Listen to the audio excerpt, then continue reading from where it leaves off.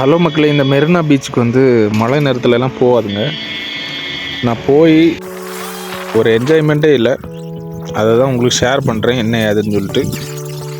நாங்கள் வந்து மெரினா பீச்சுக்கும் ஆப்போசிட்டில் பஸ்ஸில் வந்து இறங்கிட்டோம். அதனால் ஒரு சுரங்கப்பாதை ஒன்று இருக்குது, அது வழியாட்டு அப்படியே அதை கிராஸ் பண்ணி இந்த பக்கத்தில் வந்துட்டோம். வந்ததுமே பார்த்திங்கன்னா நம்ம அம்மாவோட நினைவகம் அதை போய் பார்க்க போனோம். அங்கே பார்த்தீங்கன்னா ஃபஸ்ட் என்ட்ரன்ஸில் இருக்கிறது நம்ம பாரத ரத்னா எம்ஜிஆருடைய நினைவகம். அதை பார்த்துட்டு அங்கே எல்லாம் ஒரு ஃபோட்டோலாம் எடுத்துகிட்டு, இதுக்கு பின்னாடி பார்த்தீங்கன்னா அம்மாவோட நினைவகம் இருக்குது. அப்படியே அம்மாவோட நினைவகத்துக்கும் போய் அங்கேயே நம்ம ஃபேமிலியோட ஃபோட்டோஸ் எல்லாம் எடுத்துகிட்டு,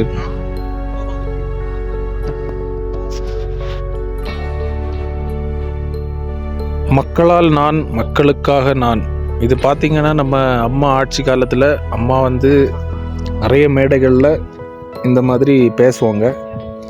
அதை தான் அவங்க நினைவகத்தில் இன்றைக்கும் அதை ஒரு சைடில் அப்படியே எழுதி வச்சுருக்காங்க.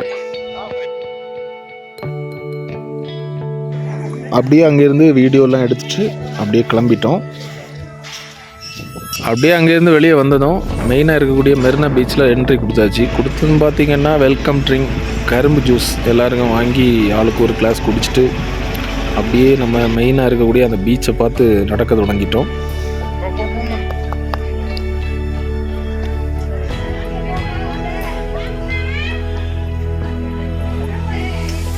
மெரினா பீச்சுக்குள்ளே ரொம்ப ஆர்வமாக உள்ளே நுழைஞ்சி வந்தோம். இங்கே உள்ளே வந்து பார்த்தாச்சுன்னா ஒரு ஆள் கூட்டம் இல்லை, அப்படியே வெறிச்சோடி தான் கிடக்குது. அது ஏன்னா 2 நாள் முன்னாடி நல்லா மழை பெஞ்சிருக்கு, அதனால் அங்கங்கேயே தண்ணி கட்டி கிடந்து. இதுலேருந்து நான் என்ன சொல்கிறேன்னா, மழை பெஞ்சு ஒரு 4-5 நாளுக்கு வரக்கூடாதுன்னு நினைக்கிறேன். வந்தாச்சுன்னா இப்படி தான் இருக்கும் போலுங்க. மழைக்காலங்களில் நல்ல ஒரு என்ன சொல்கிறேன், ஒரு ஜாலியாக என்ஜாய் பண்ணக்கூடிய ஒரு இது இல்லை மெரினா பீச்சில். ஒரு சைடில் தண்ணி எல்லாம் குளம்புல தேங்கி நிற்குது. இதை பார்த்தோன்னே போதும்னாச்சு. அது வேற.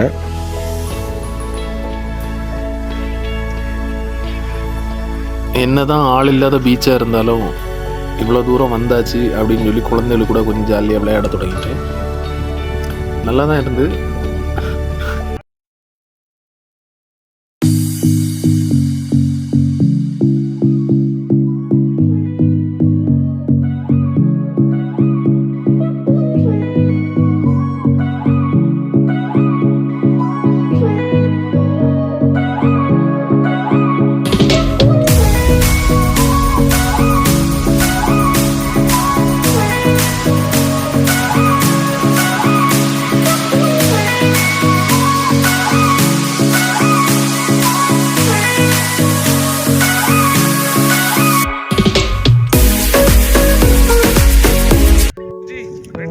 கண் வச்சு பலூனை சுடுறது, அது நம்ம ஒய்ஃப் வந்து பயங்கர இன்ட்ரெஸ்டாக இருக்காங்க.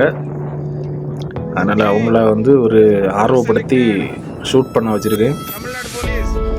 நல்லா போச்சு மக்களே. அடுத்து பார்த்திங்கன்னா கொஞ்சம் ஈவினிங் ஆக கொஞ்சம் கூட்டம் அதிகம் ஆகிட்டே இருக்குது.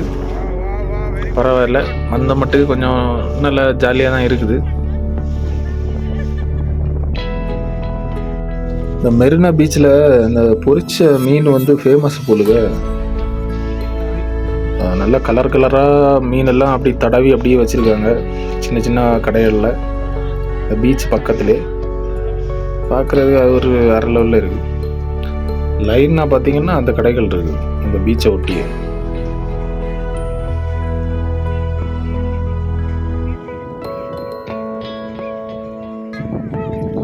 அடுத்து நாங்களும் எங்களுக்கு பிடிச்ச மாதிரி ஒரு 2 மீனை எடுத்து ஃப்ரை பண்ண சொல்லி அதில் சாப்பிட தோணும். நல்ல டேஸ்ட்டாக தான் இருந்து.